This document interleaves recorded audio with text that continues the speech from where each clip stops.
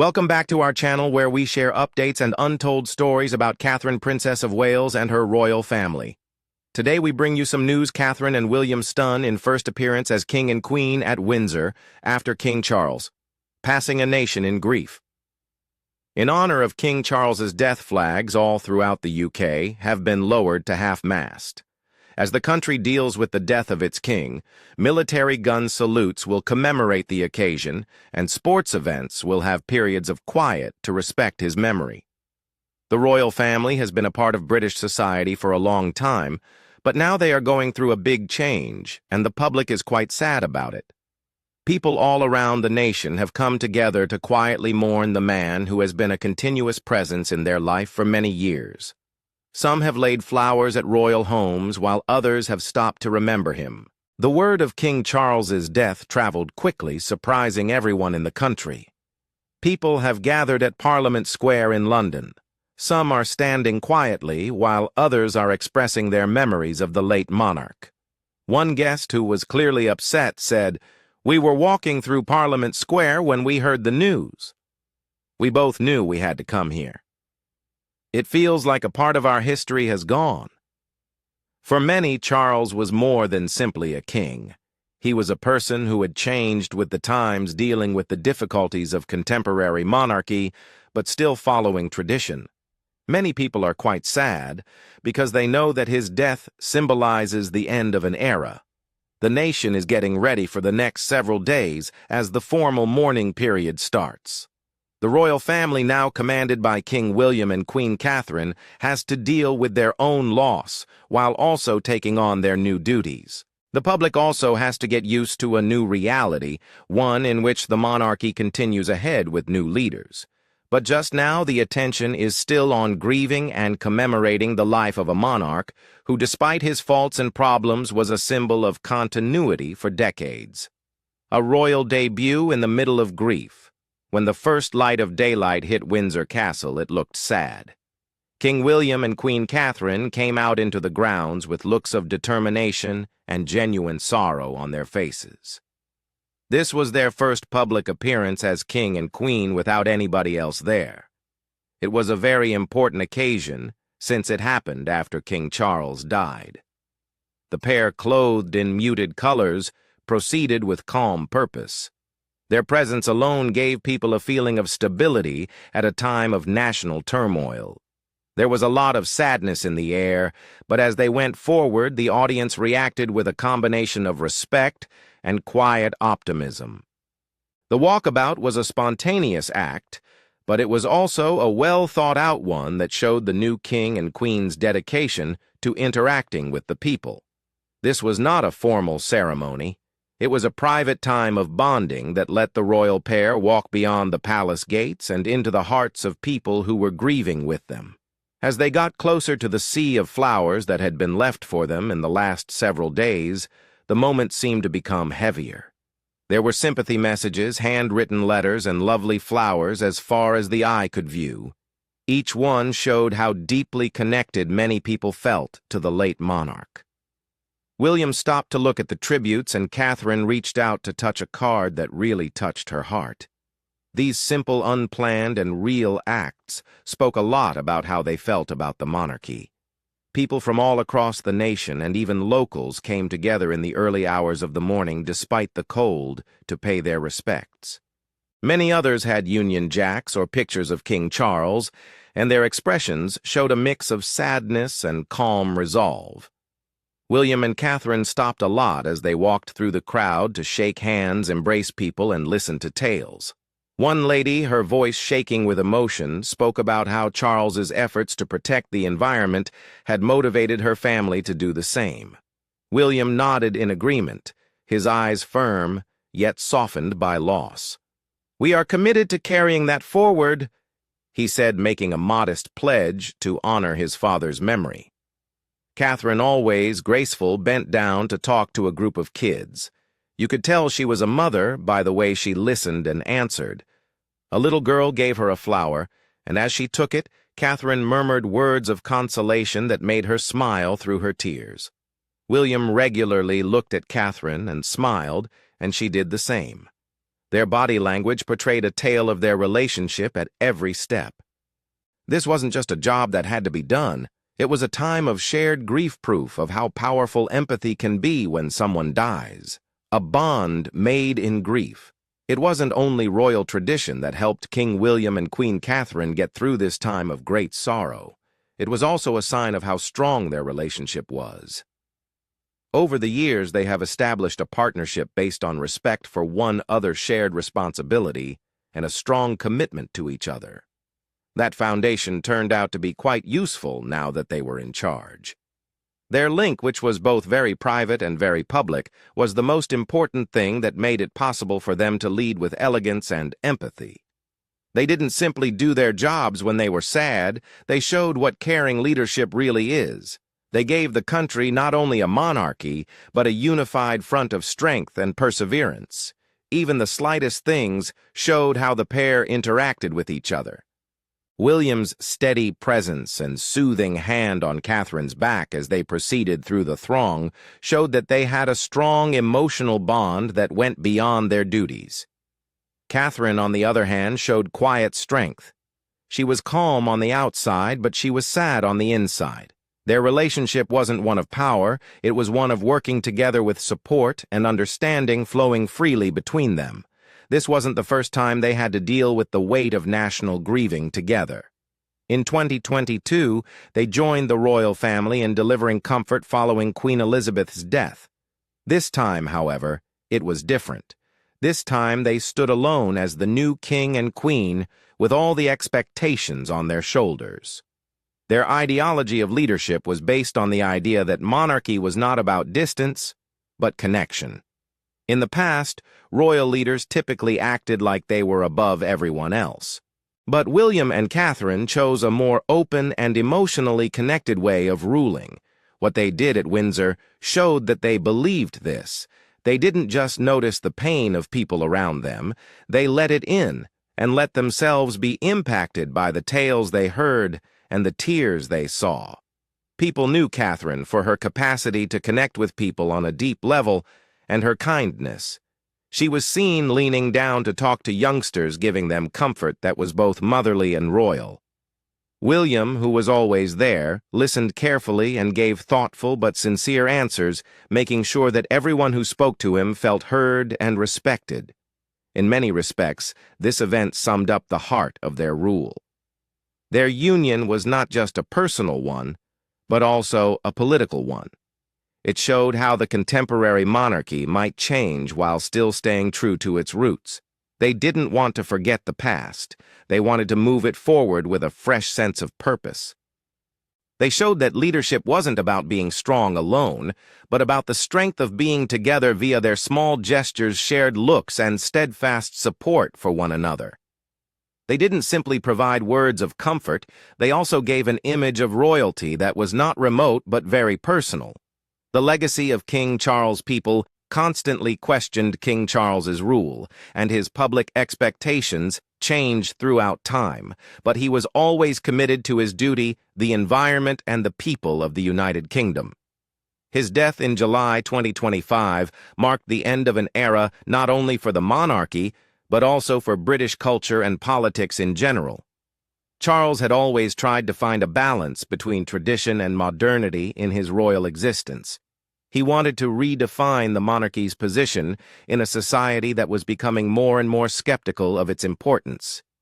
His work to protect the environment, bring people of different generations together, and stay strong in the face of hardship had a lasting effect on both the organization he managed and the country he served.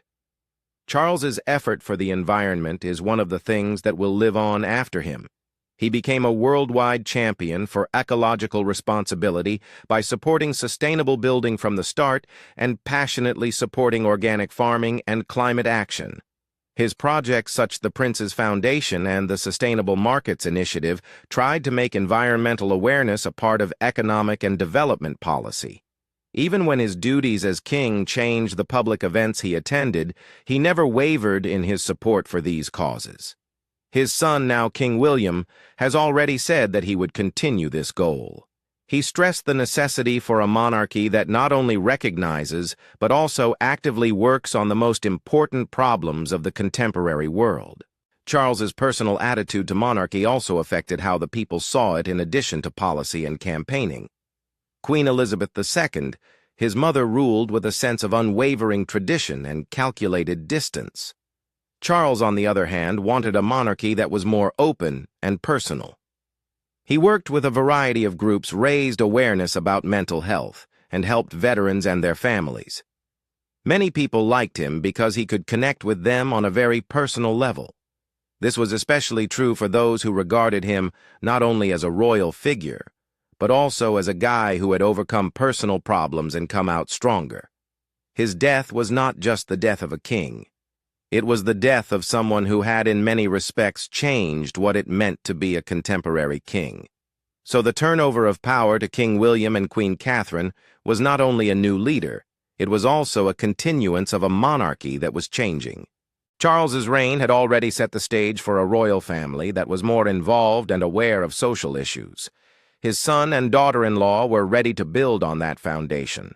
Their trek around Windsor was more than just a symbolic gesture. It was a statement of purpose.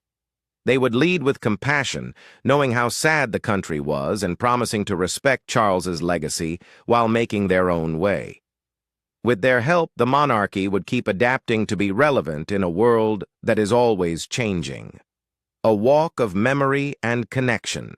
As the walkabout went on, King William and Queen Catherine walked slowly down the long walk at Windsor Castle.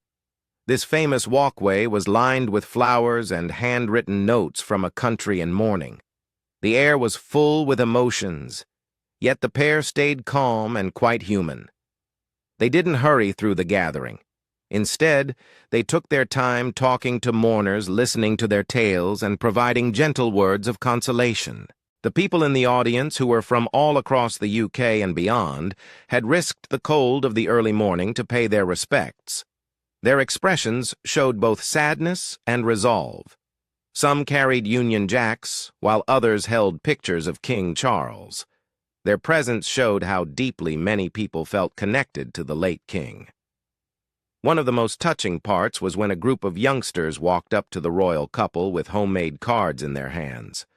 William got down on one knee and delivered a letter about Charles's love of nature. For a minute, his regal demeanor gave way to fatherly affection. "Thank you," he responded, his voice firm but his eyes watery. "This means more than you know." Catherine, who was standing close, offered her own touch by hugging the crying adolescent and giving words of encouragement that reminded her of her own experiences with loss. The audience clapped without thinking about it, which appeared to give the new kings and queens strength. A family from Scotland told us more about how Charles's trips to Balmoral had affected them in a lasting way. Catherine listened closely, her palm over her heart, and then said, "He loved Scotland very much. We'll honor that." These short, intimate encounters showed how well the pair could connect with others on an emotional level. This walkabout was different from formal occasions when royal figures normally keep a safe distance. There were real, spontaneous moments that really touched everyone who was there. William and Catherine picked up things like flowers, messages, and even a toy corgi that looked like Charles's favorite pets as they walked through the crowd. William, who was always calm, smiled briefly when he looked at the toy and said it looked like his father's dogs. But the weight of the event was clear under the surface. Catherine, who was regarded for being calm, was observed wiping away a little tear when a kid gave her a sketch of the late monarch. William also showed signs of subtle weakness. At one occasion, someone heard him remark, "My father would be touched by this love." It was what kept him going. Even though security was tight, the pair insisted on going as near as possible to the mourners, just as Charles did. A veteran with a heavy heart thanked William for his father's service to the country. The monarch put a hand on the man's shoulder as a sign of support, and his face showed genuine respect. Catherine knelt down next to an old lady who told her about meeting King Charles many years ago. Catherine listened closely as the lady talked, and her eyes filled with tears before she said, "He cherished those connections.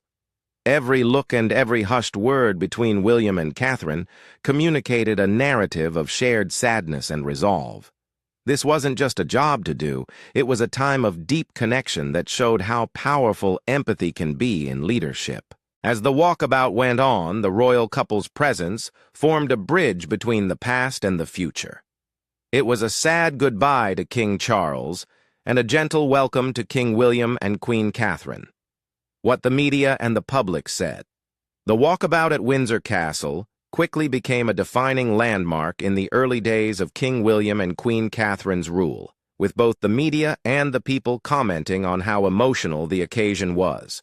International news networks broadcasted live updates, with CNN calling the outing a masterclass in compassionate leadership.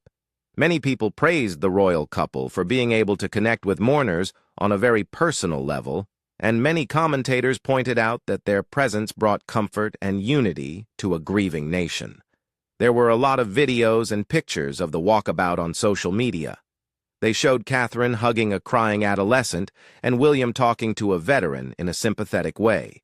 People all across the world used hashtags like the King William and Queen Catherine and Royal Walkabout to show how much they admired the couple's calmness and emotional intelligence. British tabloids, who are notorious for being critical of royal issues, mostly wrote about the event in a respectful way. The Daily Mail called the ceremony a poignant start to a new era, stressing how well William and Catherine had taken on their new duties while respecting King Charles's heritage. The Guardian called the walkabout a moment of national catharsis, saying that the couple's unscripted gestures meant more than any official address could. People magazine, on the other hand, wrote about the excursion in a feature calling it their first solo outing as the new King and Queen of England. This made the occasion even more important in history. The article spoke about how the royal couple's ability to blend procedure with real feeling established the tone for their rule, which made them seem like a contemporary friendly monarchy. Most people were quite happy with the couple's presence, and several shared personal experiences about how it had helped them. One remark on social media said, "Seeing them among us in grief made the monarchy feel closer." Others commended Catherine's connections with youngsters, saying that her maternal instincts and advocacy work made her relationships with young mourners seem real. Some people, on the other hand, didn't like how casual the occasion was and said that the royalty should be more official when they are in public. But these views were in the minority.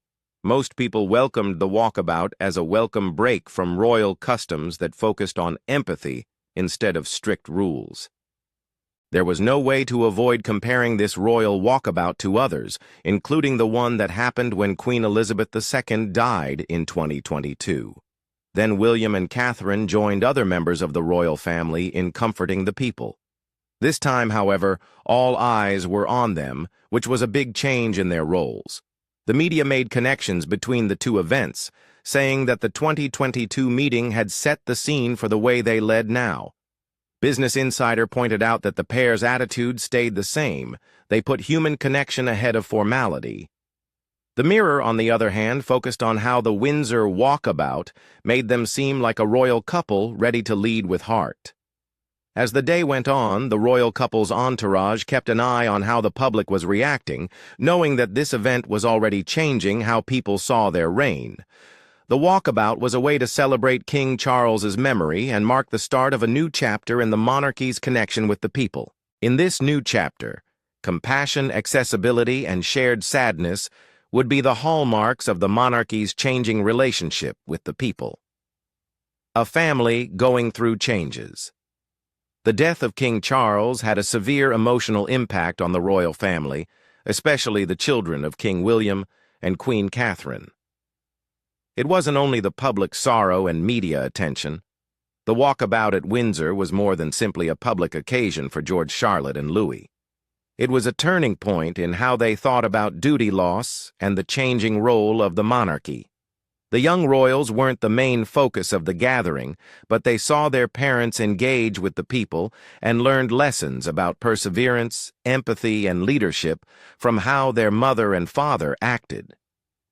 In a lot of respects, this event was a small but big change, in how they saw their own role in the royal family. George, the oldest and eventual heir, was especially aware of how important the event was. He had seen his parents go through the grieving period when Queen Elizabeth II died in 2022, so he was used to how complicated royal sorrow might be. But this time, the loss seemed more real and personal. His grandpa had always been there for him, giving him advice and wisdom as he got ready for the duties that would one day be his. Seeing William and Catherine talk to mourners, listen to their tales, and provide consolation made me realize that leadership is more than just titles and ceremonies. It's also about connecting with people and serving them. People close to the family said that George had been very contemplative in the days after Charles's death.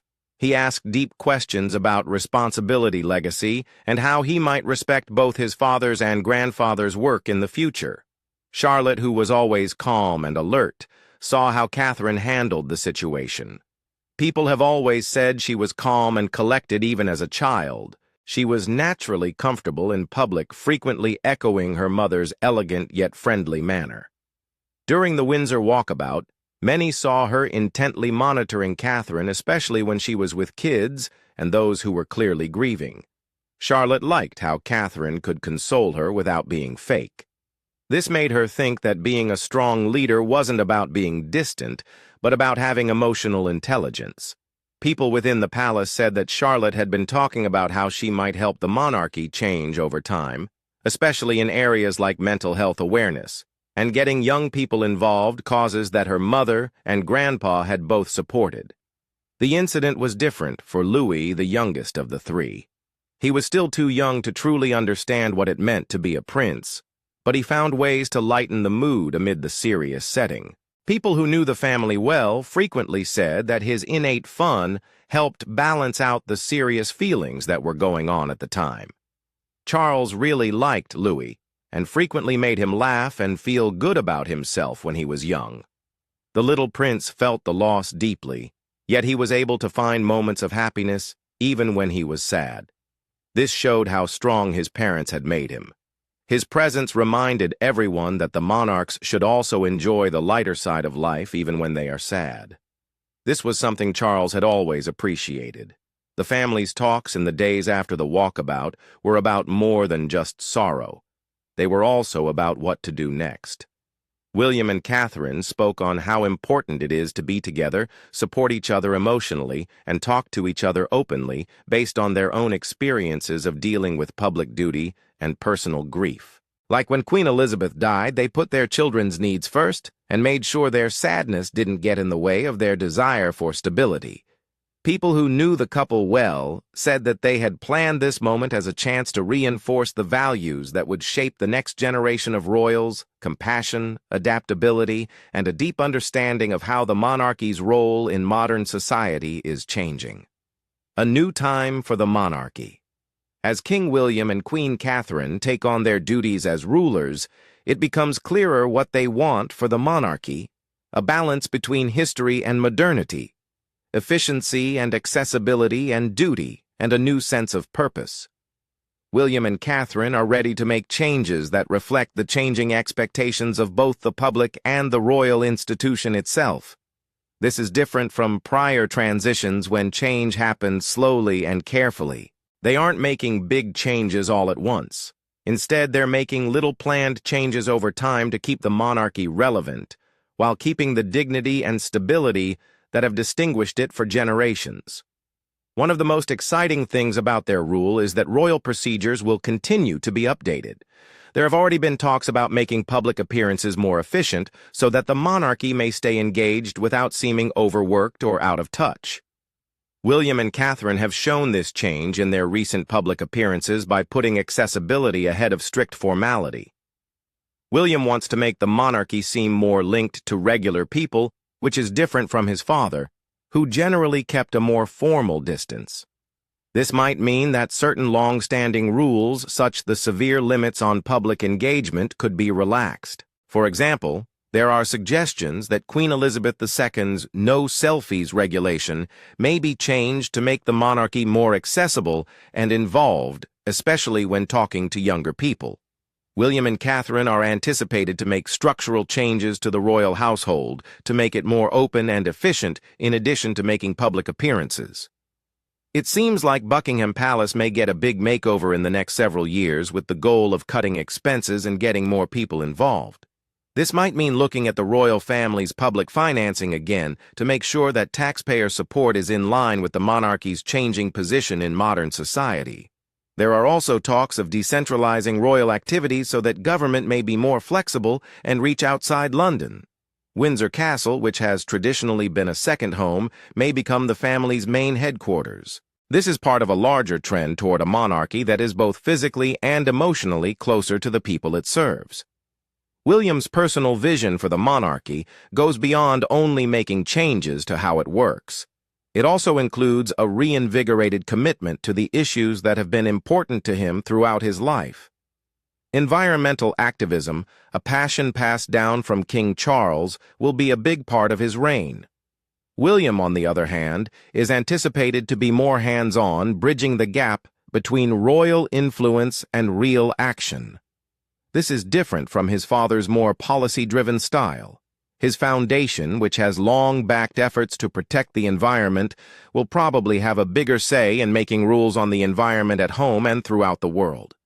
Catherine is also anticipated to do more to help children's mental health and well-being as queen consort. Some of her possible projects include making mental health education a part of public schools and developing support networks for vulnerable groups. William and Catherine are also changing what people anticipate from their kids, which is perhaps the most important thing.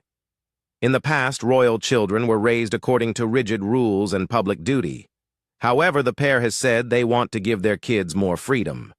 There are signs that George, who will be the next king, will be encouraged to pursue personal hobbies outside of his royal duties. He will certainly have a full education in diplomacy and statecraft. Charlotte and Louis should also have chances to follow their interests, whether they be in the arts sciences or helping others. This change shows that more people recognize that the monarchy has to change in order to be relevant, accepting differences, but yet retaining the virtues of duty and service. William and Catherine are working together to create a monarchy that is not only ready for the 21st century, but also very in touch with the needs of the people it serves. Their rule offers a combination of change and continuity, which will keep the institution grounded in history while also adapting to the needs of contemporary life. Their leadership will not just be based on their titles as they go ahead, but also on their ability to connect, adapt, and lead with a vision that respects the past while looking to the future. A history of leadership and kindness. The walkabout at Windsor Castle was more than simply a public appearance. It was a turning point in the monarchy's history and a sign of how powerful leadership can be when it is based on empathy and shared pain. After King Charles died, King William and Queen Catherine didn't only do their royal duties, they also took on the role of comforters, giving the country a very personal sign of solidarity.